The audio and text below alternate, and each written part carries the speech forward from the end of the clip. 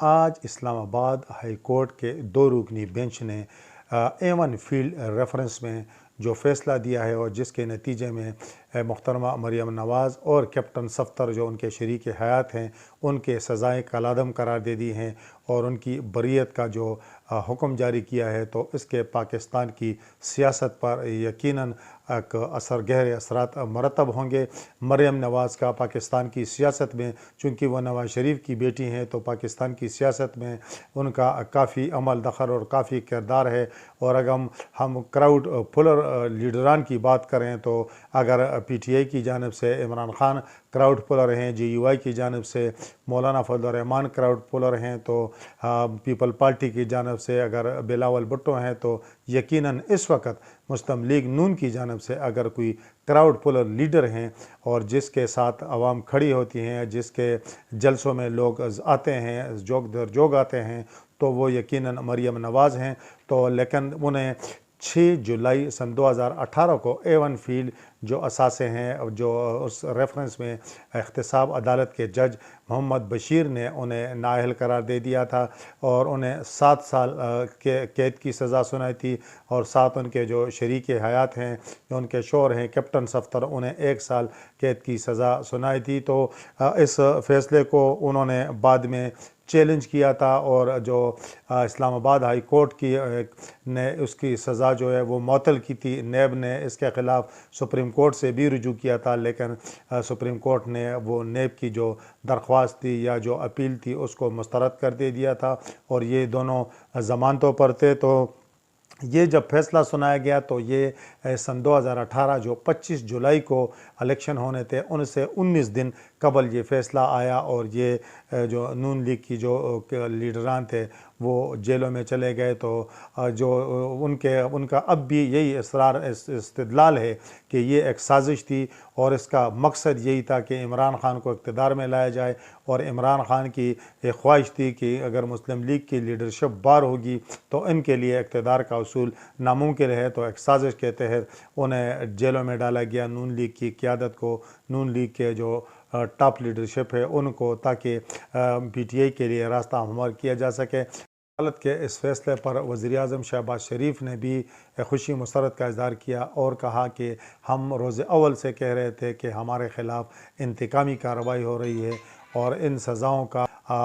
حقیقت کے ساتھ کوئی تعلق نہیں ہے، ہم بے گناہ ہیں، لیکن اس وقت ہماری بات پر کسی نے یقین نہیں کیا، اور آج وقت اور حالات اور عدالتوں سے خود ہی ثابت ہو گیا ہے کہ وہ ساری جو سزائیں سنائے گی وہ جبر اور ظلم اور انتقام پر مبنی تھی۔ ساتھ نواز شریف کا بھی بیان سامنے آیا ہے، اور انہوں نے کہا کہ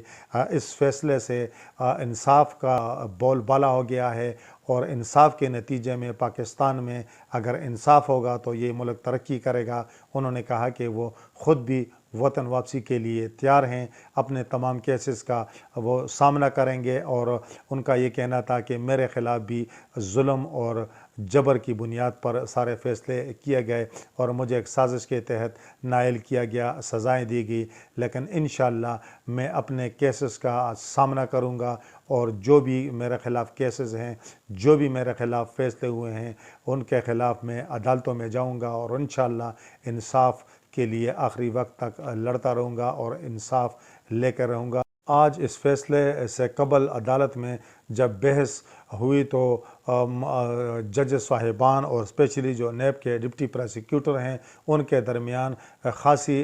لمبی اس حوالے سے دلائل کی جنگ ہوئی، اور ان کا یہی استدلال تھا کہ بھئی آپ ثبوت لائیں کہ انہیں کس بنیاد پر نااہل قرار دے دیا گیا اور کس بنیاد پر نیب نے ان کے خلاف یہ کیسز بنائے۔ تو اس کا یہی جواب تھا کہ جی جو جے آئی ٹی کے سربراہ واجد ضیاء تھے انہوں نے اس حوالے سے تفتیش کی تھی، تو عدالت کا یہی اصرار تھا کہ ان کی تو رائے ہو سکتی ہے، ان کی رائے تھی، اس کی رائے ثبوت تو نہیں ہو سکتا، ثبوت کے لیے آپ دستاویزات لائیں۔ لیکن اس حوالے سے نیب کا جو ڈپٹی پروسیکیوٹر ہے انہوں نے زیادہ زور اسی پر دیا کہ یہ ڈاکٹر واجد ضیاء کی ایک جو انہوں نے انکوائری کی تھی اس کے نتیجے میں یہ سارے کیسز بنائے گئے، اور بعد ازاں احتساب عدالت کے ذریعے ان دونوں کو سزائیں ہوئی۔ لیگ کے لیے یقیناً یہ اطمینان کی خبر ہے آج، بلکہ خوشی کی خبر ہے کہ ان کے جو ٹاپ لیڈرشپ کے 2 اہم رہنما ہیں وہ آج ان کو جو ان کی سزائیں وہ ختم ہوئی اور ان کا الیکشن لڑنے کا راستہ ہموار ہو گیا۔ کیپٹن صفدر ہیں جو ہیں وہ جیسا آپ سب کے علم ہے کو مانسہرہ کے حلقہ NA-14 سے سن 2013 کے انتخابات میں وہ قومی اسمبلی کے رکن بنے، اور سن 2018 کا جب انتخابات کا وقت آیا تو انہوں نے NA-14 کے ساتھ ساتھ PK 33 سے بھی اپنے کاغذات جمع کرائے تھے، لیکن ان کی نااہلی اور سزا اور جیل چلے جانے کے سبب ان کے جو کورنگ کینڈیڈیٹ تھے قومی اسمبلی کی سیٹ پر ان کے بھائی ڈاکٹر سجاد اعوان تھے، جبکہ صوبائی PK 33 پر علی محمد تنولی کو انہوں نے کورنگ کینڈیڈیٹ جو ہے وہ مقرر کیا تھا۔ تو ان دونوں نے الیکشن لڑا، ان کے بھائی تو الیکشن جیت گئے لیکن صوبائی نشست جو ہے وہ PTI نے بھاری اکثریت سے جیتی۔ تو اب ان کی جو سزا ختم ہونے کے بعد ان کا الیکشن میں دوبارہ جو ہے حصہ لینے کا راستہ کھل گیا ہے۔ عدالتی محاذ کے ساتھ ساتھ جو آڈیو لیکس کا معاملہ بھی خاصا گرم ہے، تو آڈیو لیکس تو جس طرح پہلے وزیر اعظم ہاؤس سے آڈیو لیکس ہوئی تو اس پر کافی تشویش کا اظہار کیا گیا، اور بعد ازاں عمران خان کی جو آڈیو لیکس ہوئی تو وہ بھی پورے ملک کی سیاست میں اس سے ایک بھونچال آیا ہوا ہے کہ جی کس طرح انہوں نے جو وہ سائفر والا معاملہ کس انداز میں اٹھایا اور اپنے پرنسپل سیکرٹری کے ساتھ جو گفتگو کی، تو وہ بھی آج کل